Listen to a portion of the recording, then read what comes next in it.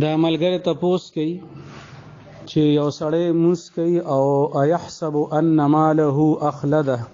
د دې په ځای باندې ان ماله اخلده وي، د لام د زبر په ځای باندې پیش وي، نو مونځ اوش او کو نشه. نو جواب دا دی چې ان ماله په ځای باندې ک ان ماله او وي، نو په موس باندې څه فرق نه پریوزي، مونځ شوي دی. جی دا ملګری تپوس کوي چې مونږ به هر ملک کې کار کوو، نو مونږ پینټ شرټ اچولې د ډیوټۍ په دوران کې سایډ کې مونږ کار کوو، مونږ چې واړه بولو کو نو مونږ په ټیشو باندې او دس اوچ کو، خو لیکن سایډ ته نو هلته کې د باترومونو تنظیم نشته، نو که مونږ استنجا کوو نو د کپړو خرابېدو خطر وي، نو بغیر د استنجا مسکول د دې حکم څنګه دی؟ نو جواب دا دی چې په عامو حالاتو کې بغیر د استنجا نه موز نه دی کول پکار، خو لیکن دا تاسو چې کوم حالت وایي یا دغه شانتي نور د عذر حالت راشي نو په هغې کې لږ تفصیل دی. یو صورت دا دی چې کله بنده واړه بول وکړي او بیا او دس اوچ کی، نو صرف د وړو بولو ځای چې د کم ځای نه واړه بول روزي اخ که ځای پلیت شوی وي، نور د بدن سه حصه نی پلیته شوي، نو په ټیشو سره پاکیت راغی، نو عام حالاتو کې خود له استنجا کول بهتر دي، خو لیکن که عذر په وجه باندې استنجا او نکړه نو منځ کیږي. دویم صورت دا دی که چرې د وړو بولو کولو نه پس د بدن په یو ځای باندې واړه بول ولګېدل او دانن سبا د 5 روپو چې کومه سکه ده د دې نه کم مقدار باندې ولګېدل، نو بیا د دې وینځل او د دې استنجا کول واجب دي، یعنی ضروری دي. او که چرې د دغه 5 روپو سکې نه سیوا د بدن پلیت شو، نو بیا د دغه اسی وینځل دا فرض دي او بیا دغه پلیتای سره موز نه کیږي. نو د دریو وانه صورتونو ته وګورئ، نو که چرې ړومبنۍ صورت وي نو بیا خو ستاسو دپاره ګنجایش دی، او که دا اخرني 2 صورتونه وي نو بیا باغې کې تاسو ځان له د استنجا څه انتظام کوئ، ځکه چې بیا مونځ په ړومبۍ صورت کې چې کله واجب شي استنجا نو بیا خو مکروه تحریمي دی، او په دریم صورت کې چې کله استنجا فرض وي او مونځ اونه کړی شو استنجا اونه کړی شوه نو بیا بالکل مونځ نه کیږي. جی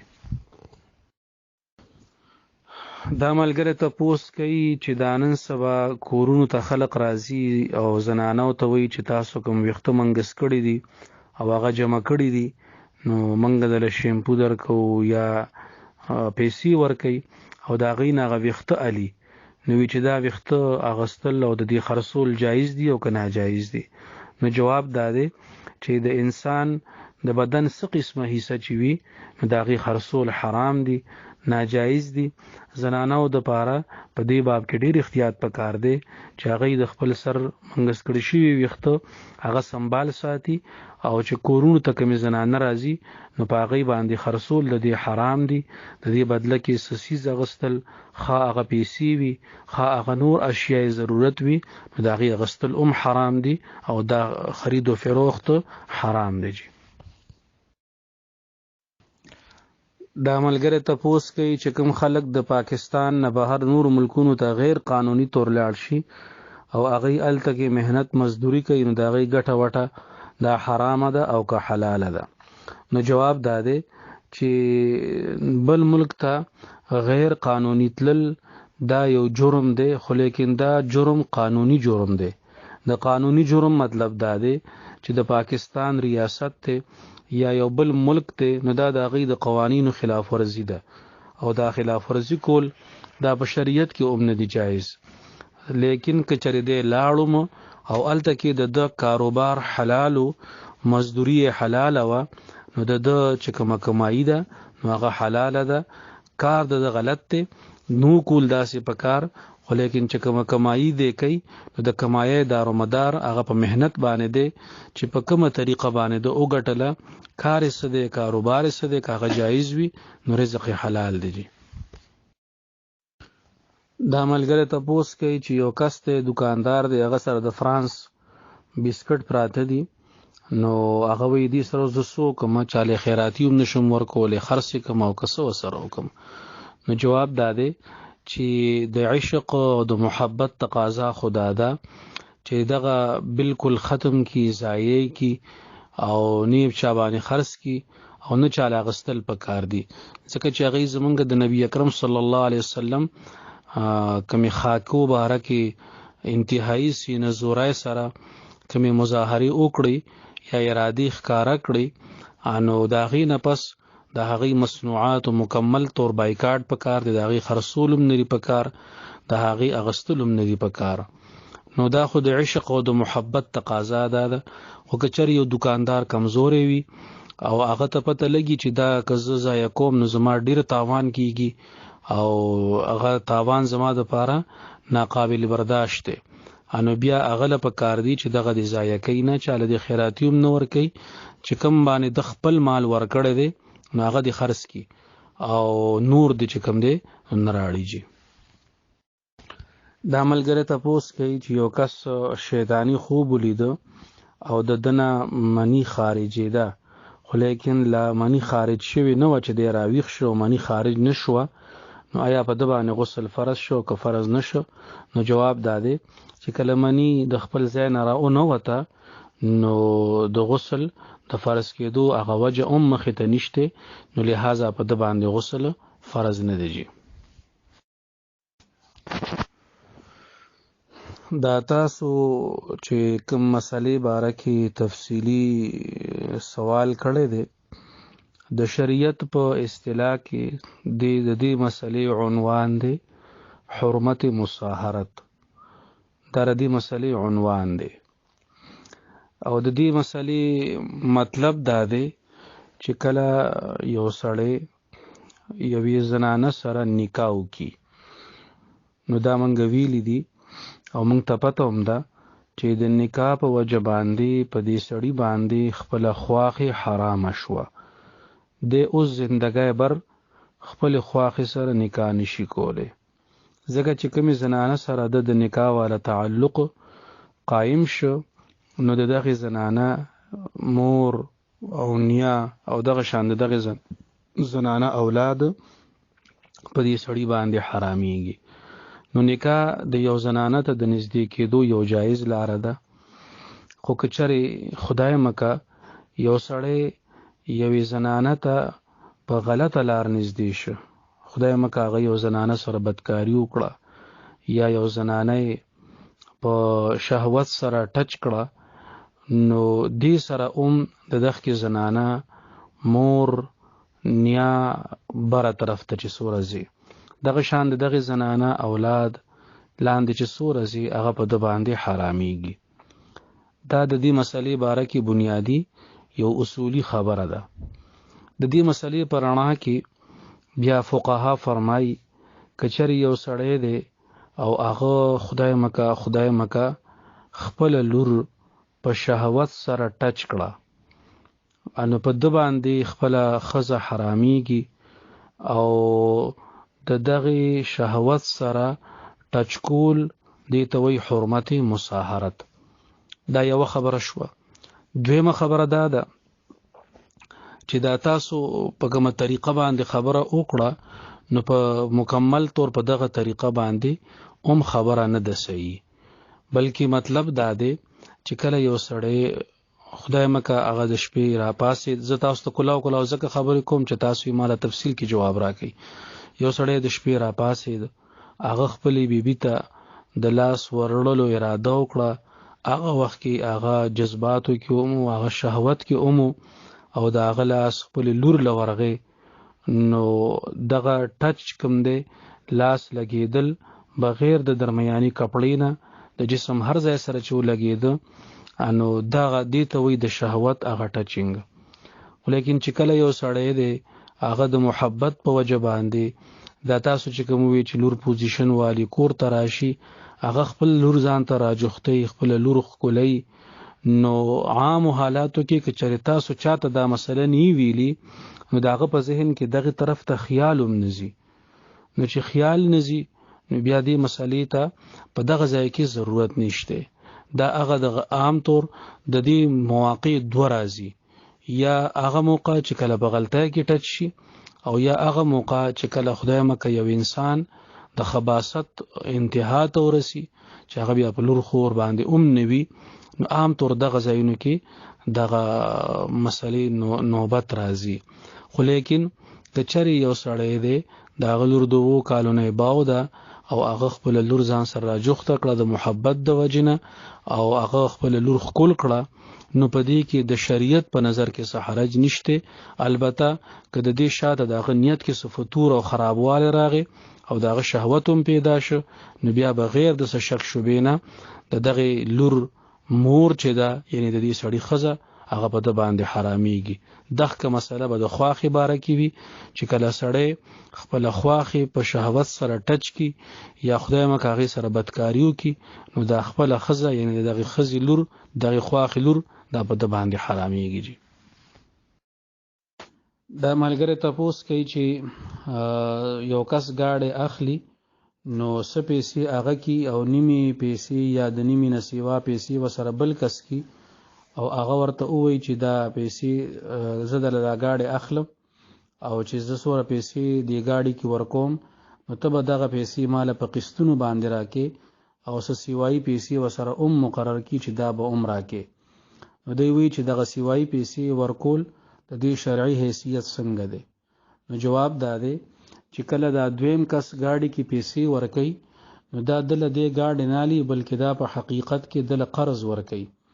او د قرض مبارکي فارموله اصول دادي چې قرض څومره ورکي پیسې نو هغه عمر به علي خوا یکمشت واپسی وي یا په قسطونو کې واپسی وي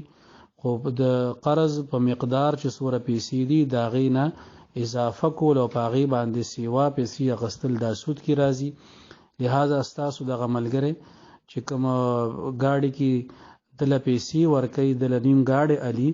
ان هغه دغه پیسې حقیقت کې قرض دي هغه عمره پیسې اغستې شي اگر که په قسطونو کې ولي نیوي او دا غي نسیوا پیسې اغستل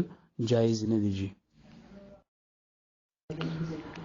دا ملګری مخکوم یو پیره تاسو کړو دی وی چې زمونږ دکان دی د هغې د زکات طریقې کار څه دی نو دوی ته په جواب کې وویل شو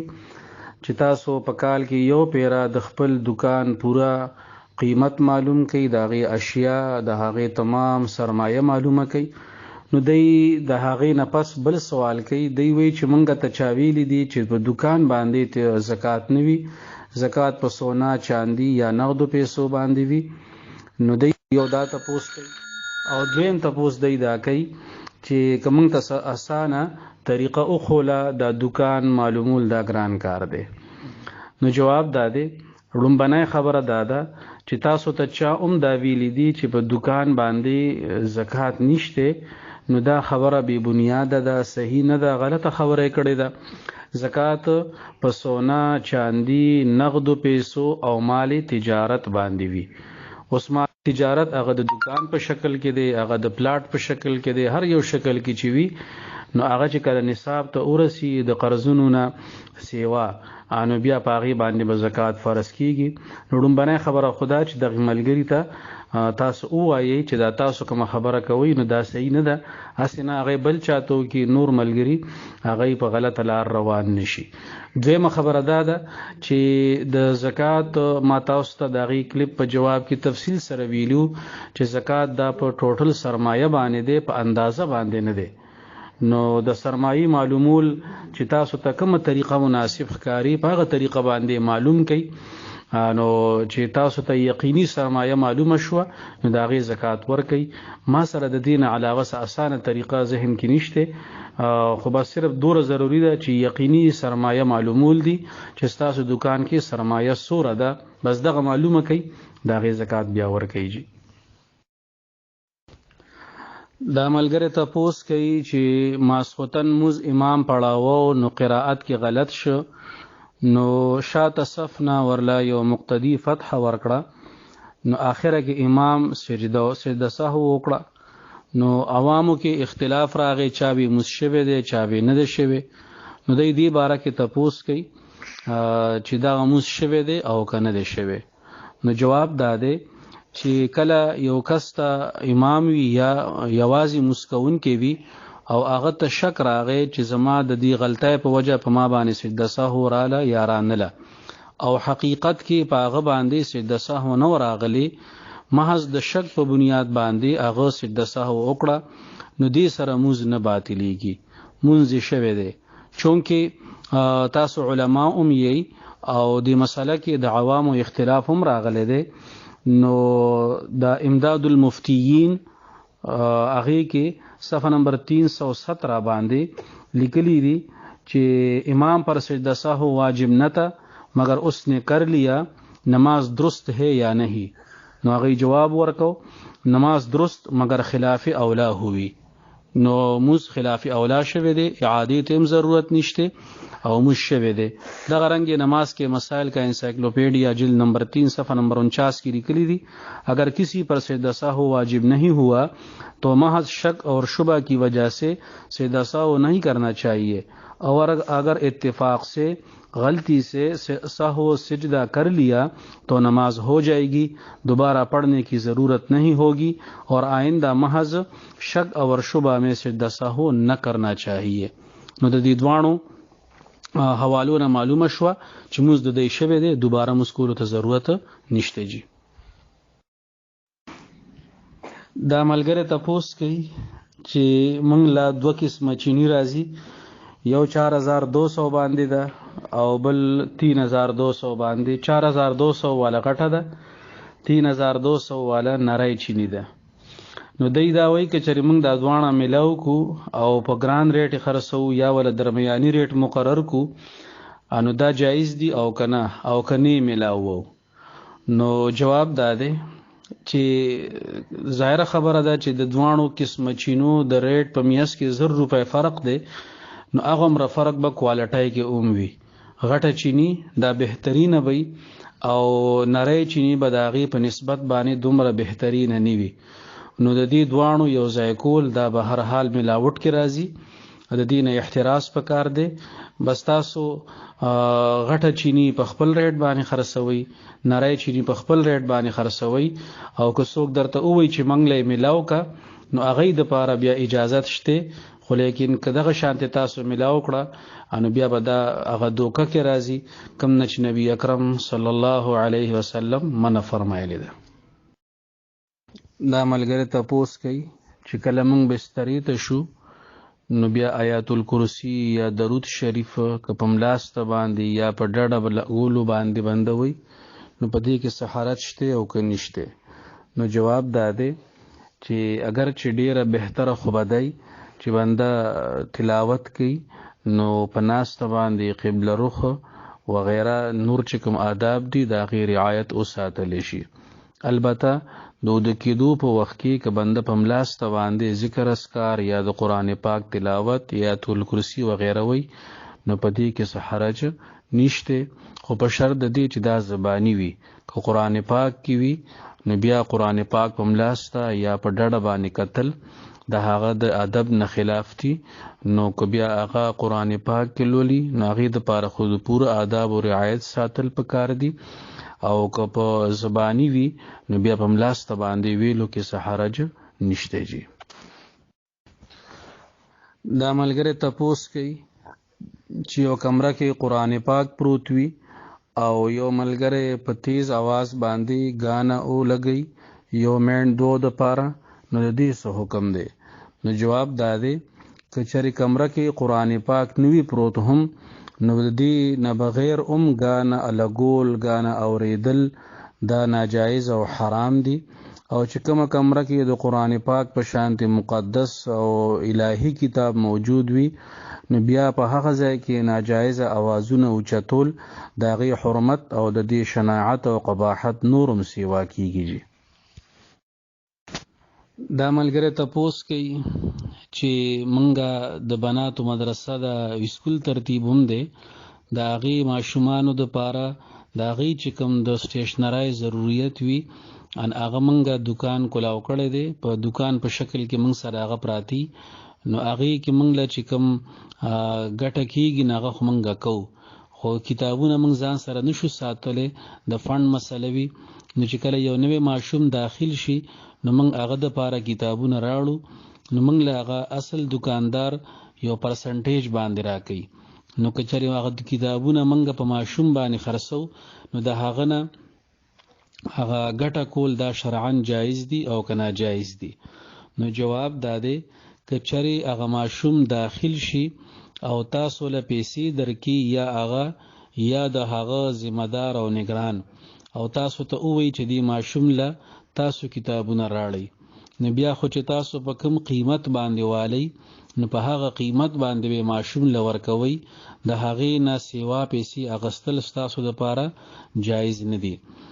او که چېرې صورت داسې وي چې ماشوم اسکول کې داخل شو او تاسو ته پته ده چې ډېره اوس کتابونه پکاري، نو که تاسو د مخکې نه کتابونه راړئ بغیر د هغه د وینا نه او هغه ځان سره کیدی او که چېرې هغه ماشوم ستاسو نه کتابونه اخلي نو بیا تاسو د هغه نه ګټه کوئ، نو دا جایز دي. او په دې صورت کې به هغه ماشوم پابند نه وي، که چېرې هغه د بهر نه کتابونه علي نو د هغه مرضي ده، که ستاسو نه علي نو د هغه مرضي ده، نو په دې صورت کې ګټه کول جایز دي. خو لیکن که هغه تاسو وکیل جوړ کی او تاسو ته ووایي چې ماله کتابونه راړئ نو بیا د هغه نه ګټه کول جایز نه دي. دا ملګری تپوس کوي چې دلته دوبۍ کې کټونه لاندې باندې وي، نو لاندې کټ کې یو کس په موبایل کې قرآن پاک کلاو کړي او تلاوت کوي او هغې د پاسه یو بل کټ کې کس ملاس وي، نو د دې حکم څه دی؟ او د دویم تپوس دا کوي چې یو کس د قرآن پاک تلاوت کوي او بل کس ګانې بجانې لګولي، نو په دې دوران کې د قرآن پاک تلاوت پکار دی او که نه دی پکار؟ نو د لومړنۍ خبرې جواب دا دی چې دغه طریقه باندې تلاوت کول مناسب نه دي، بلکې دغه کس له پکار دي چې یا باندې کټ کې سملی او یا د کټ داغه چې کوم پاسه ملګری ملاس دی نو د هغې لاندې نه راوځي او سیټ تکینی قرآن پاک تلاوت وکي. په داسې حالت کې قرآن پاک کلاول موبایل کې ولی نه وي نو دا د ادب نه خلاف دي. او دویم چې کوم د تلاوت او د غانو بجانو متعلق سوال دی نو دا انتهایی نامناسبه خبره ده، بلکې داسې قسمه حرکت که څوک په قصد باندې کوي نو د آخري خاتمي باره کې ډېر لوی خطر موجود ده. د قرآن پاک تلاوت یو سړی کوي ثواب ورته ملاویږي، یو سړی نه کوي نو د ثواب نه محروم دی. خو لیکن د قرآن پاک د تلاوت په دوران کې غانې بجانې لګول دا د قرآن پاک په توهین کې راځي، نو دا خبره ډیره لري پورې تلو امکان دی، نو دې نه ځان ساتل پکار دي. او که تاسو پوهیږئ چې هغه د خپل دغه غلط حرکت نه منع کیږي نو که تاسو هغه ځای کې تلاوت کوئ نو هغه به ګناهګاریږي مزید، نو د هغې نه بهتره دا ده چې تاسو د هغې ځای نه منتقل شئ، بل ځای کې تلاوت وکئ، بله کمره کې یا بل ځای کې تلاوت د دې په نسبت کول بهتر دیږي. دا ملګری تپوس کوي چې د محلې په جومات کې جمع سره یو مز په 20 ګونه باندې سیوای، نو موږ داسې اوریدي دي چې د علاقې یا د کلي جامع مسجد وي نو هغې کې یو مز په 1500 باندې دی، نو آیا دا خبره صحیح ده او کنه؟ نو جواب دا دی چې دا حدیث پاک موجود دی، سنن ابن ماجه کې دا روایت موجود دی چې کوم جامع مسجد وي نو په هغې کې یو مز په 1500 ګونه افضل دی. د هغې فضیلت دغه حدیث پاک کې راغلی دی او دې کلیپ پسې زه تاسو ته هغه حدیث عربی کې درلیږم جی. دا ملګری تپوس کوي چې یو کس موس کوي نو د هغه مخې ته تیریدل څومره فاصله کې جایز دي؟ نو جواب دا دی چې کله یو موزګزار موس کوي نو د هغې مقام ته به کتی شي، که چېرې هغه په صحرا کې یو میدان کې موس کوي یا یو لوی جومات کې موس کوي نو چې هغه په کم صف کې ولاړ دی د هغه چې کم ځای باندې قدمونه لګېدلي دي نو د قدمونو د ځای نه والې 3 صفه پس یو کس ته د تلو گنجایش دی. یا داسې ووایي چې کوم ځای کې هغه سجده لګي نو د هغې نه پس 2 صفه دې پرېږدي نو د هغې نه پس د تلو گنجایش دی. دا حکم د هغې چا دپاره دی چې څوک په صحرا کې موس کوي یا په یو لوی جومات کې موس کوي. او که وړو کې مسجد وي نو بیا هغه کې به هر حال د مزګزار مخې ته تیریدل جایز نه دي. او د وړو کې او د لوی مسجد هغه مقدار هغه 60 فوټ دی، 80 فوټه چې عربی کې هغه 40 ذراع دي، 40 غزه، او شرعي غز دا د 1.5 فوټ برابر وي. نو چې کوم مسجد هغه 60 فوټ چې کوم ځای کې بنده موس کوي هغه ایریا هغه حال هغه 60 فوټ یا د هغې نه سیوا وي نو دا لوی جومات دی، او چې کوم د 60 فوټ نه کم وي نو هغه وړوکی مسجد دی. دا ملګری تپوس کوي چې یو سړی کور جوړوي یا پټی کې کار کوي نو د دې نظر د پاره هغه سره کپڑا یا سره جنډه لګي یا بل رنگ والا کپڑا لګي، نو شریعت کې د دې څه حیثیت ته دا جایز دی او که ناجایز دی؟ نو جواب دا دی چې د چا نظر لګیدل دا یو حق سیز دی. نبی اکرم صلی الله علیه وسلم حدیث پاک کې فرمای چې نظر لګیدل دا یو حق سیز دی، لیکن د هغې د پاره شریعت د بد نظر نه د بچاو د پاره اعمالم خولی دي. د آخرنی 2 سورتونه یا دا 4 قل چې ورته وی قل یا ایها الکافرون، قل هو الله احد، قل اعوذ برب الفلق، قل اعوذ برب الناس، سحر او ماخام د دې ورد کول دا ویل دې سره د انسان د بد نظر نه بچ کیږي. آیات الکرسی ویل یا د قرآن پاک تلاوت په دینیت باندې کول چې الله تعالی د بد نظر نه حفاظت وکي، نو دا هغه اعمال دي چې کوم شریعت منګ او تاسو ته خولی دي. او د دې په ځای باندې مختلف قسم کپړې لګول، نور سیزونه لګول په شریعت کې دا ناجایز دي، او د دې نه د نفي او د نقصان امید ساتل جایز نه دي. کپڑا یا بل یو سیز دا نفع او نقصان نشي ورکولې، د نفع او نقصان مالک الله تعالی دی. او که د نظر بد نه د بچاو په غرض وي نو بیا نه دی جایز. د نظر بد نه د بچاو د پاره چې کوم اعمال او نشاندهي وشوه انداغي اهتمام پکار دی. جی دا ملګری تپوس کوي چې د مړی په خوا کې زبانی تلاوت کول د دې څه حکم دی چې مړی ته غسل نه دی ورکړی شوی، انداغه خوا کې زبانی تلاوت کول دا جایز دی او که ناجایز دی؟ نو جواب دا دی چې کله پوری مړی ته غسل نی ورکړی شوی نو د هغه سره نږدې که په قرآن پاک کې کتو سره تلاوت کوي او که زبانی تلاوت کوي نو دا تلاوت مکروه دی.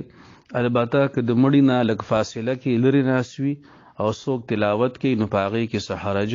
نشته. جی دا ملګری تپوس کوي چې زمونږ کلي کې یو سړی دی د 80 کالو دی او هغه دا وایي چې موږ ته پته نشته چې موږ الکوالای کې 100 کاله روجې خوړلې دي، نو د دپاره څه حکم دی؟ نو جواب دا دی چې د ده دپاره طریقه اسانه ده. دې اندازه ولګوي چې موږ د روجې نیسل د کله نه شروع کړي دي. په طور مثال د 80 کالو دی او د 50 کالو په عمر کې د روجې شروع کړي دي، نو مطلب دا شو چې 50 کالو پورې د روجې نه دي نیسلي، نو د بالغ کېدو نه دی د 50 کالو پورې حساب ولګوي چې هغه څومره عمر دی، نو تقریبا 15 کاله جوړیږي. نو په ده باندې د 15 رمضانونو روجې پرتې دي. دا روجې به دی قضا نیسي او فدیه هغه کس د پاره ده چې هغه روجې بالکل نشي نیسلی، نو دی لږې لږې روجې نیسي. یوه روجه دې ونیسي، بیا دې یو ورځ کوجه کې، 2 ورځې دې کوجه کې، بیا دې یو روجه ونیسي. نو چې څومره دی نیسل شروع کې د روجو دوره به د بوج کمیږي او ځان سره د باقاعده حساب کتاب کوي. د مرګ او د ژوند پته نه لګي، په کاغذ دې ځان سره لیکي چې ما دوره روجې ونیسلې او دوره ما ته پاتې دي. نو که الله تعالی توفیق ورکړه ختم یې کړی نو دغه مقصد او مراد دی. او خدای مکه که انسان له مرګ راغی او وفات شي بنده نو شاته ورساو ته به پته چې زمونږ په دې مشر باندې څومره روجې پاتې وي، نو د هغې مطابق دی وصیت وکړي، نو بیا به هغه د یوې روجې بدله کې 2 کیلو غنم ورکوي. دا به د فدیه وي بیا انشاءالله. دا ملګری تپوس کوي چې یو زنانه د بیماری په وجه باندې روجې خوړلې دي، اوس هغه وایي چې زه روجې نشم نیسلی، انداغې څه فدیه ده؟ نو جواب دا دی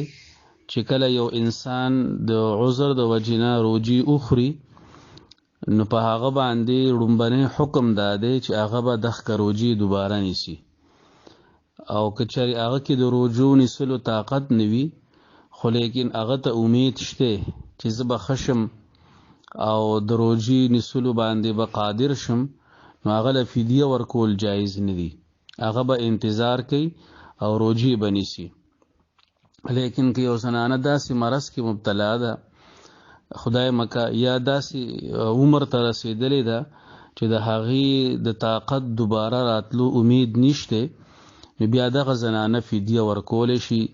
او د یوې روجي فدیه هغه 2 کیلو غنم یا د هغې قیمت دی خو لیکن دې کې دا خبره یاد ساتل پکار دي که چېرې دغه زنانه فدیه ورکړه او د هغې نه پس الله تعالی رحم وکړو او دا دوره طاقتوره شوه چې روجي نیسلی شي نو هغه فدیه به صدقې ته واړېږي هغه به ردې صدقه شي او دا به دغه روجي دوباره نیسیږي دا ملګری تپوس کوي چې اقامت کله شروع کول پکار دی چې امام په مصلی باندې ودرېږي او دویم تپوس دی دا کوي چې مقتدیان له ودرېدل څه ټایم پکار دی نو جواب دا دی چې کله امام مصلی ته راورسي څنګه چې زمونږ عام جماعتونو کې ترتیب دی نو بیا د هغې نه وروستو اقامت شروع کول پکار دی او اقامت شروع کېدو سره مقتدیانو له ودرېدل پکار دی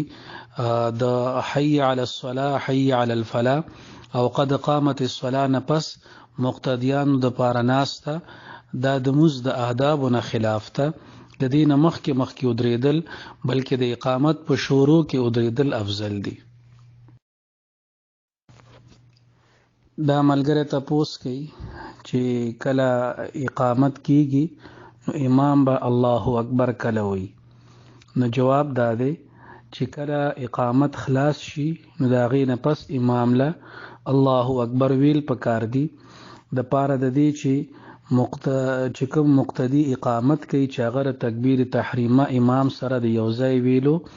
او د یو ځای کولو د فضیلت نه محروم نشي